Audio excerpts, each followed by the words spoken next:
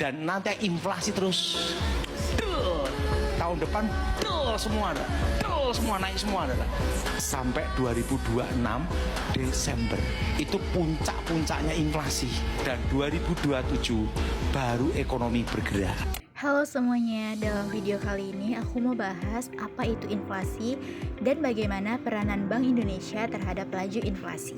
Pernah nggak sih kamu merasa harga barang-barang makin mahal setiap tahun?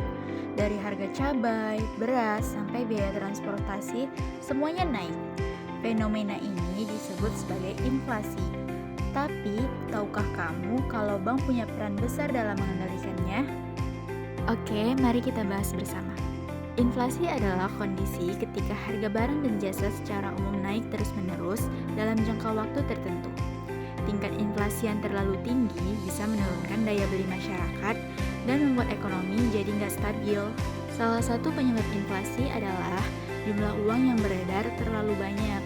Nah, disinilah Bank Sentral, yaitu Bank Indonesia, berperan penting. Melalui kebijakan moneter, Bank Indonesia bisa mengatur berapa banyak uang yang beredar di masyarakat. Bank Indonesia memiliki 3 alat utama untuk mengendalikan inflasi. Yang pertama, kebijakan suku bunga atau BI rate. Kalau inflasi naik, BI bisa menaikkan suku bunga agar masyarakat lebih memilih menabung daripada berbelanja.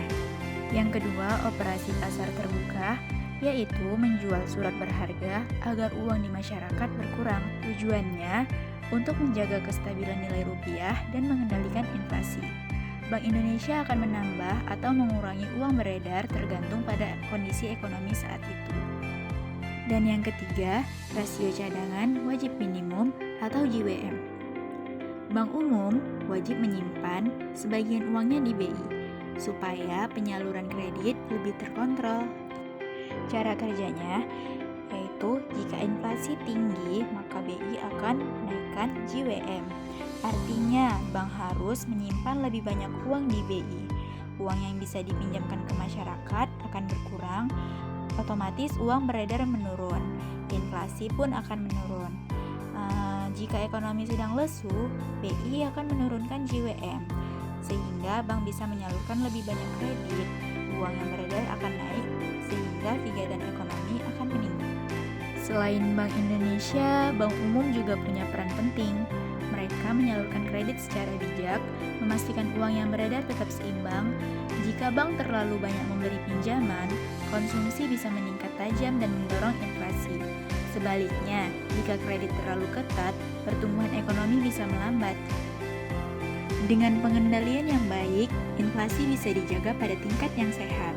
Artinya, harga masih naik, tapi perlahan dan stabil. Hal ini membuat dunia usaha bisa berkembang. Masyarakat tetap bisa berbelanja, dan ekonomi nasional tetap tumbuh dengan baik. Jadi, inflasi bukan semata-mata musuh, tapi bagian alami dari perekonomian. Yang terpenting adalah bagaimana Bank dan Bank Indonesia menjaga agar inflasi tetap terkendali. Karena di balik kestabilan harga yang kita rasakan sehari-hari, ada kerja keras bank yang mengatur arus uang di negeri ini. Baik, itu tadi penjelasan mengenai inflasi dan peranan bank dalam menghadapi laju inflasi. Jangan lupa like, comment, and subscribe. Bye-bye!